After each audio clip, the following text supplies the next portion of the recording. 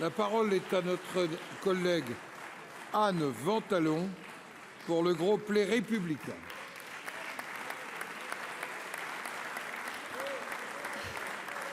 Monsieur le Président, mes chers collègues, ma question s'adressait au ministre de l'Intérieur.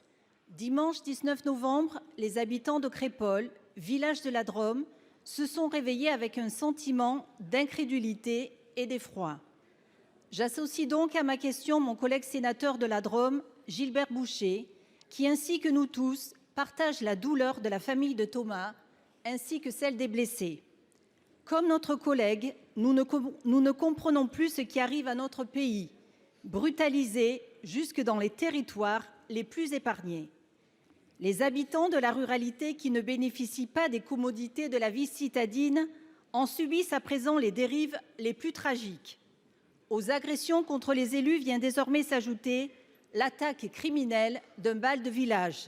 Certes, nos forces de l'ordre agissent avec célérité pour interpeller ceux qui auront à répondre de leurs actes. Mais les Français sont las des marches blanches, las des sempiternelles annonces ministérielles qui succèdent au drame. Or, la flambée des actes antisémites et des violences de toutes sortes laisse à penser que la prophétie de Gérard Collomb, craignant que demain, on ne vive face à face, ne soit déjà réalisée. Aussi, au-delà de l'émotion que nous ressentons aujourd'hui, ma question porte sur les 4 prochaines années de ce quinquennat. Qu'envisage le gouvernement à moyen et long terme pour qu'il redevienne inconcevable que dans ce pays, on agresse le médecin, l'institutrice, le maire? Comment allez-vous restaurer la valeur de l'autorité qui rend naturel le respect des uniformes et des services publics et la crainte de subir les rigueurs de la loi? Monsieur le ministre, Albert Camus écrivait que le but d'un écrivain est d'empêcher la civilisation de se détruire.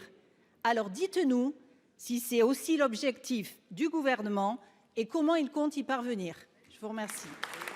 Pour vous répondre, la parole est à Monsieur le garde des Sceaux, Éric Dupond-Moretti.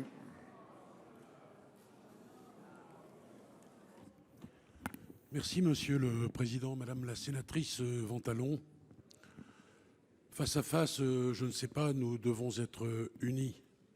En l'occurrence, dans le silence et dans le recueillement, et même si les mots sont dérisoires, voyez-vous, je fais miens les mots de Monsieur le Président Larcher, tels qu'il les a exprimés il y a de cela quelques minutes, avec mesure et compassion. Pour vous faire une confidence toute honte bue, hier, pour rendre hommage à ce gosse, j'étais interpellé par l'un de vos collègues, je lui ai donné le prénom de l'un de mes enfants. Ça n'est évidemment pas, vous l'imaginez bien, de la désinvolture, mais c'est le fait que chacun d'entre nous ici, nous nous disons, mais cet enfant, ça pouvait être le nôtre.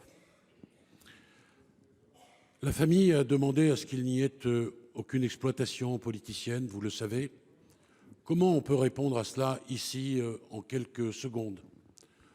En rappelant que nous avons renforcé considérablement, bien sûr, le nombre de policiers, de gendarmes, de magistrats, de greffiers, grâce d'ailleurs au vote qui a été sollicité ici devant vous et que vous avez accepté de donner au gouvernement. Moi, je veux remercier ici les forces de sécurité intérieure pour leur rapidité, les pompiers également.